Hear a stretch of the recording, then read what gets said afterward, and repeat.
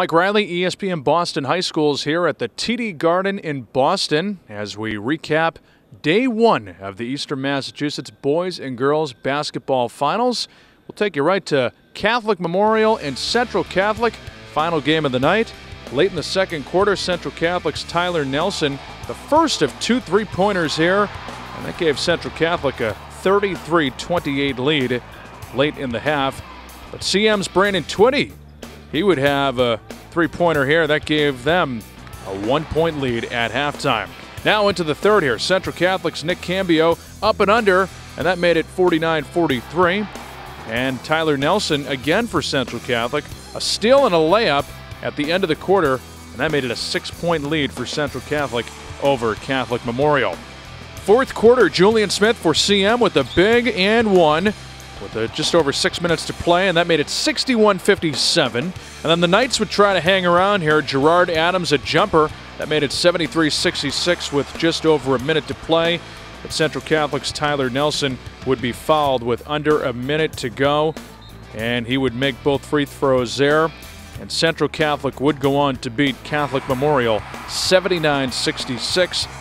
And joined now by Brendan Hall, ESPN Boston High School editor. Brendan, Central Catholic moving on to the state finals at the DCU Center in Worcester. Yeah, player of the game here. We've talked all year about Tyler Nelson, and obviously he's a contender for a Mr. Basketball Award. Player of the game tonight, Nick Cambio. We know what the guards are capable in this game. CM, they run those four very gifted guards there. Julian Smith, Amani Santos, Kellen Grady, Brandon Twitty, two sophomores there. They got a lot of potential here, and obviously we know about Tyler Nelson, and then AJ Petway, Kim Fernandez. There's a lot of nice pieces there, but I thought the biggest key was going to be the front court battle. Gerard Adams, the big-bodied, 6'8" post with the soft hands, the soft touch around the rim.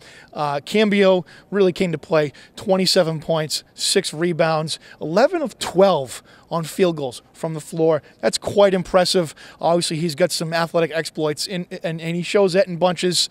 A lot of nice touches around the rim. Really asserted himself tonight. I thought that was the biggest key to the game. Obviously, CM wanted to play fast. Central wanted to slow him down. They did very well with that, and it starts in the front court. Hats off to Nick Cambio. What an incredible game. He's definitely asserted himself into all-state contention here with his performance in the playoffs. All right, now we'll take you to highlights of Braintree and Lynn English girls basketball earlier in the evening. We'll pick up the action here in the first quarter. Right at the beginning here, Braintree's Molly Reagan from Brianna Herlihy for the easy bucket there. And then at the end of the first quarter, Ashley Russell for Braintree. 1 of 10 assists for her in the night to Molly Reagan again. Braintree would be up 17-6 over Lynn English at the end of the first quarter. Second quarter action now. Lynn English climbing back here. Deidre Newson with the big three-pointer. And then soon after, another three from Deandra Woom. Second half action. After that, it would be all Braintree Womps. Bridget Herlihy from Ashley Russell in the paint for 2. And then Lynn English, Deidre Newson drives to the net, but she's stuffed by Molly Reagan. Brianna Hurley comes up with the ball, and she would take it all the way down to the opposite end of the court for the easy bucket there, and Braintree would go on to win this one 59-41 to win the Eastern Massachusetts title. And the Braintree Womps also headed to the DCU Center, Brendan. Yeah, this is something I think we had expected from the get-go. Braintree, our preseason #1 in our statewide poll, basically ran the table in Massachusetts, went undefeated. Their only loss was to National Power, Christ the King in Queens, New York, back at the Hoop Hall in January. And all year, it's been the Herlihys, Bridget, Brianna, Molly Reagan, the center, who it just seems to get better every time you watch her. This one really stood out to me, though. Ashley Russell. How often, Mike, this is probably a great trivia question, do you get a double-double without getting double figures in points? She had 13 rebounds, 10 assists, 1 of 10 shooting from the field, 2 points.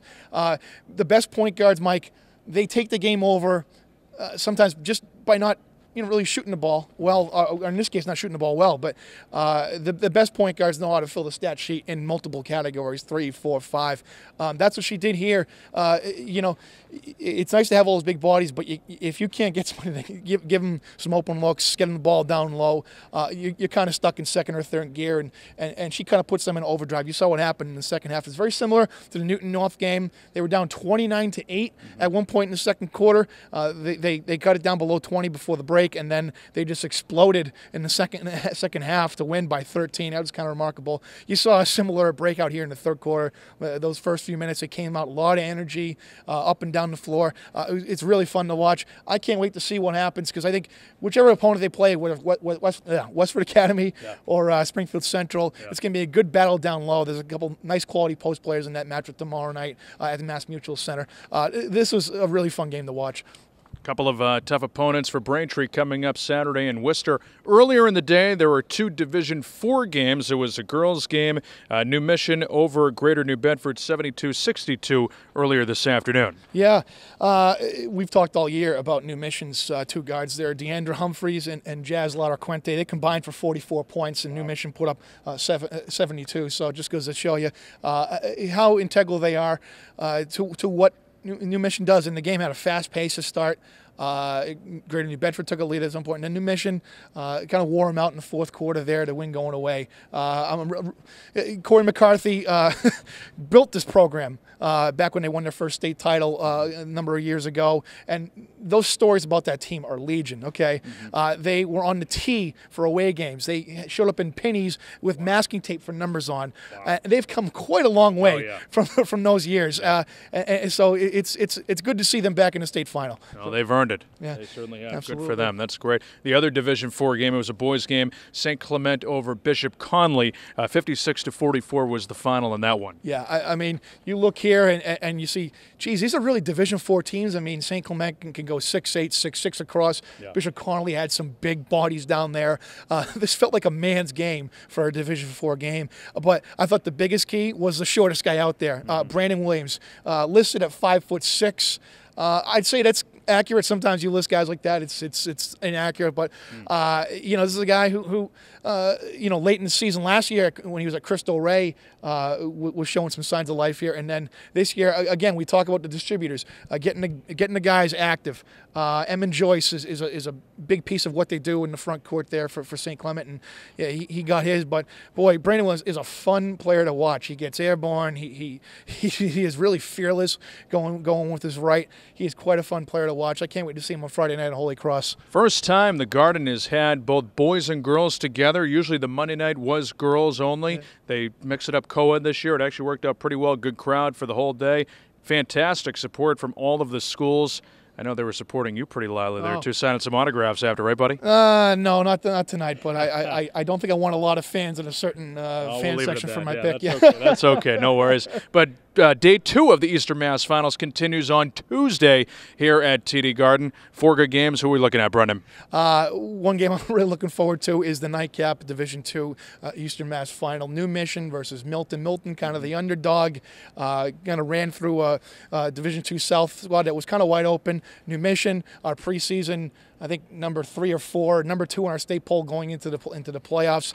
Jawan Gooding, former New Mission player, now at Milton, playing pretty well for the Wildcats. And then Division III game, there's a lot of inspiration on both sides for Watertown and Cardinal Spellman. I say Spellman feels like a team of destiny after that Martha's Vineyard game, and obviously the Joey Glenn overtones have kind of hung over them all season. That's going to be a really inspired game too.